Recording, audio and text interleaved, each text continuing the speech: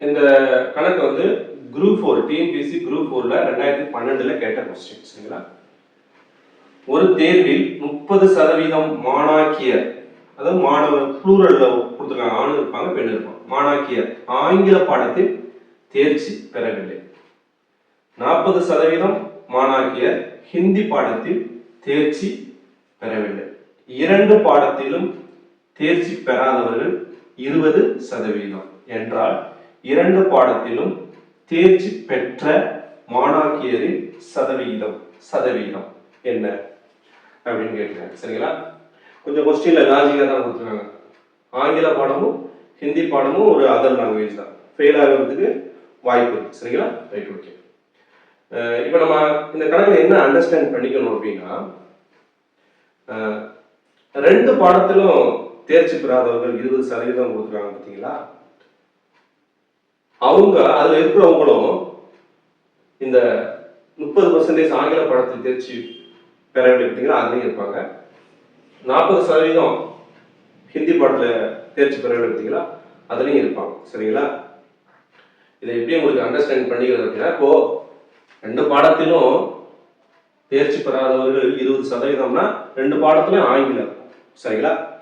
அப்ப ஆங்கில பாடத்தில் தேர்ச்சி பெறாதவர்கள் 20% கொடுக்க வேண்டியது ஏன் 30% கொடுத்துருக்காங்க எக்ஸ்ட்ரா? ஏன்னா ரெண்டு பாடத்திலும் தேர்ச்சி பெறாதவர்கள் 20%, அதுல ஆங்கில பாடமும் இருக்கு. அப்ப ஆங்கில பாடத்தில் தேர்ச்சி பெறாதவர்கள் வந்து 20% கொடுக்க வேண்டியது ஏன் 30% கொடுத்துருக்காங்க? அப்ப ஆங்கில பாடத்தில் மட்டும் தேர்ச்சி பெறாதவர்கள் இருக்கிறாங்க. சரிங்களா? இதுல உள்ளவங்க இதுலயும் இருப்பாங்க. அதே மாதிரி இதுல உள்ளவங்க ஹிந்தி பாடத்திலையும் இருப்பாங்க. அப்ப நமக்கு என்ன கணக்குல கண்டுபிடிக்கணும் அப்படின்னா, ஆங்கில பாடத்தில் மட்டும் தேர்ச்சி பெறாதவர்கள் கண்டுபிடிக்கணும். அதே மாதிரி ஹிந்தி பாடத்துல மட்டும் தேர்ச்சி பெறாதவர்கள் கண்டுபிடிக்கணும். அது எப்படி கண்டுபிடிக்கணும்னா ஈஸி தான், ஒன்றும் சிம்பிள். இப்போ நம்மளுக்கு ரெண்டுலையுமே தேர்ச்சி பெறாதவர்கள். சரிங்களா?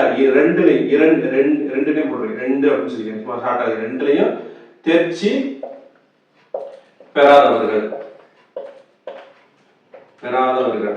சரிங்களா? கொஞ்சம் கணக்கு போடும்போது வேகமாக எழுத்து கொஞ்சம் இதாக இருக்கும். எத்தனை பர்சன்டேஜ்? 20%. சரிங்களா? அப்போ ஆங்கில பாடத்தில் வந்து தேர்ச்சி பெறாதவர்கள் வந்து 30%. நம்மளுக்கு ஆங்கில பாடத்தில் மட்டும் தேர்ச்சி பெறாதவர்கள் வேணும் அப்படின்னா, இந்த ரெண்டு பாடத்திலையும் தேர்ச்சி பெறாதவர்கள் 20% சொன்னோம்ல, அதுல இருந்து அதை வந்து கழிச்சிடணும். அந்த 30%ல இருந்து 20% கழிச்சுட்டா நம்மளுக்கு ஆங்கில பாடத்தில் மட்டும் தேர்ச்சி பெறாதவர்கள் கிடைச்சிடும். சரிங்களா? அப்போ 30 ஆங்கில பாடத்தில் தேர்ச்சி பெறாதவர்கள் 30%. சரிங்களா? அதுல 20% நம்ம கழிச்சிட்டோம் அப்படின்னா எவ்வளவு வரும்? 10%. இந்த 10% வந்து ஆங்கில பாடத்தில் மட்டும் தேர்ச்சி பெறாதவர்கள். சரிங்களா? ஓகே, புரிஞ்சுக்கோங்க. ஷார்ட்டாவே எழுதிக்கிறேன், புரிஞ்சுக்கோங்க. அடுத்து அதே மாதிரிதான் நமக்கு ஹிந்தி பாடத்துல மட்டும் தேர்ச்சி பெறாதவங்க வேணும் அப்படின்னா நம்ம என்ன பண்ணணும்? இது போட்டு என்ன பண்ணணும்? ஹிந்தி பாடம் வந்து 40%. 40%ல இருந்து 20% நம்ம கழிச்சிடணும். கழிச்சிட்டோம் அப்படின்னா 20%. இது வந்து ஹிந்தி பாடத்துல மட்டும் தேர்ச்சி பெறாதவர். சரிங்களா? Right, okay. ரைட், இப்ப பாருங்க, எதையோ ஒன்று எடுத்துக்கணும். எந்த நம்ம ஏதோ ஒன்று நம்ம சால்வ் பண்ணா 100%. பாருங்க, இப்போ ரெண்டுலையும் தேர்ச்சி பெறாதவர்கள் 20%, ஆங்கில பாடத்தில் மட்டும் தேர்ச்சி பெறாதவர்கள் 10%, ஹிந்தி பாடத்தில் மட்டும் தேர்ச்சி பெறாதவர்கள் 20%. அப்போ இதெல்லாம் கூட்டுங்க. 20, இதை கூட்டினா 10, இதை கூட்டினா, அதாவது இது 20, இந்த 10 கூட்டினா 30, 20 இந்த 10 கூட்டினா 30, 30ஓட இந்த 20 கூட்டினா 50. அப்போ 50%. அப்போ இதையும் கணக்கில் எடுத்துக்கிட்டோம்னா 100%. நமக்கு 50% வந்துருச்சு. மீதி இருக்கக்கூடியது என்னது? 50%. அப்ப அந்த மீதி 50% என்னவா இருக்கும்? அது இரண்டு பாடங்களும் தேர்ச்சி பெற்ற மாணாக்கியர் தான் இருப்பாங்க. சரிங்களா? புரிஞ்சுன்னு நினைக்கிறேன். இப்ப இந்த மாதிரி கொடுத்துட்டாங்க, இந்த மாதிரி கணக்கு கொடுத்துட்டாங்க அப்படின்னா, இதே மாதிரி கணக்கு கொடுத்துட்டாங்கன்னா, அந்த எது இந்த மாதிரி கொடுத்துருக்காங்களோ ஒரு பாடம் கொடுத்துருப்பாங்க, அதுல ரெண்டுலையுமே தேர்ச்சி பெறாதவங்கள் அப்படின்னு கொடுத்துருப்பாங்க.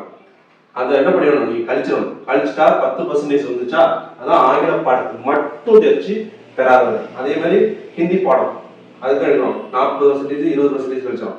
கழிச்சோம்னா 20% வருதா?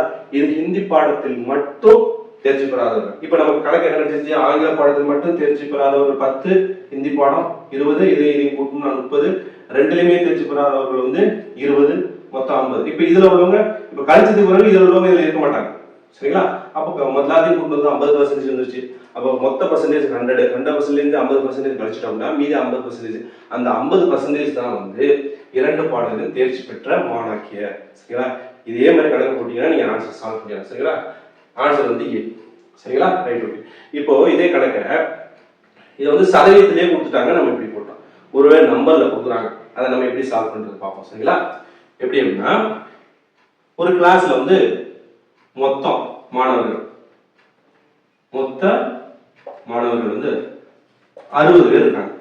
சரிங்களா? மொத்த மாணவர்கள் 60 பேர். ஏன்னா மாத்தி கேட்டா நம்ம என்ன பண்றது அப்படின்னு யோசிக்கணும். இதே கணக்கு இப்படியே கேட்கணும், ஏதாவது மாத்தி கேட்கலாம்.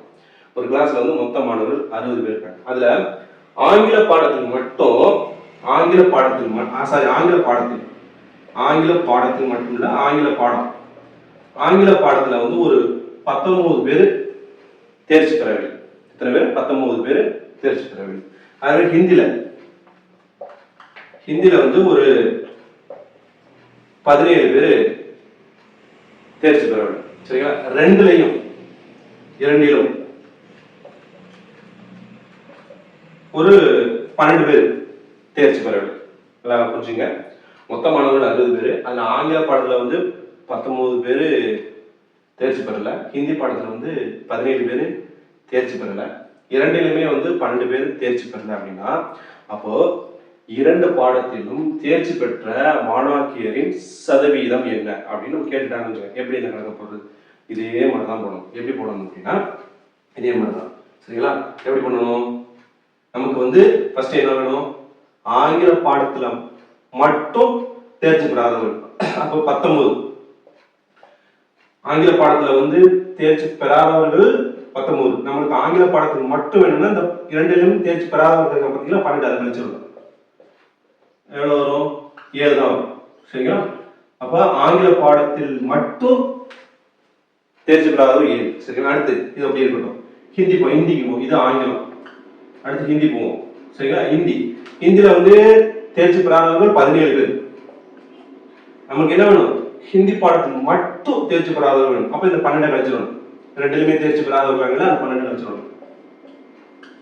7ல 2 வச்சு 5. சரிங்களா? அப்போ நம்மளுக்கு ஹிந்தி பாடத்துல மட்டும் தேர்ச்சி பெறாதவர்கள் எத்தனை கிடைச்சிருக்கு? 5 கிடைச்சிருக்கு. சரிங்களா? இப்ப நம்ம கணக்கு வாங்க. ரெண்டுலயுமே தேர்ச்சி பெறாதவர்கள் 12 பேர். ஆங்கில பாடத்தில் மட்டும் தேர்ச்சி பெறாதவங்க 7 பேர். ஹிந்தி பாடத்தில் மட்டும் தேர்ச்சி பெறாதவர்கள் 5 பேர். எல்லாத்தையும் கூட்டுங்க. இது ஒரு 7 5 கூட்டினா 12.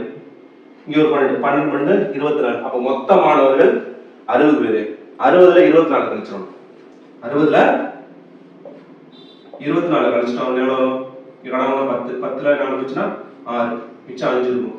5ல 2 போச்சுன்னா 3. அப்போ 36. அப்ப 36 மாணவர்கள் வந்து ரெண்டுலயுமே தேர்ச்சி பெற்றிருக்காங்கன்னு அர்த்தம். சரிங்களா? அப்ப கணக்குல என்ன கேட்டிருக்காங்க?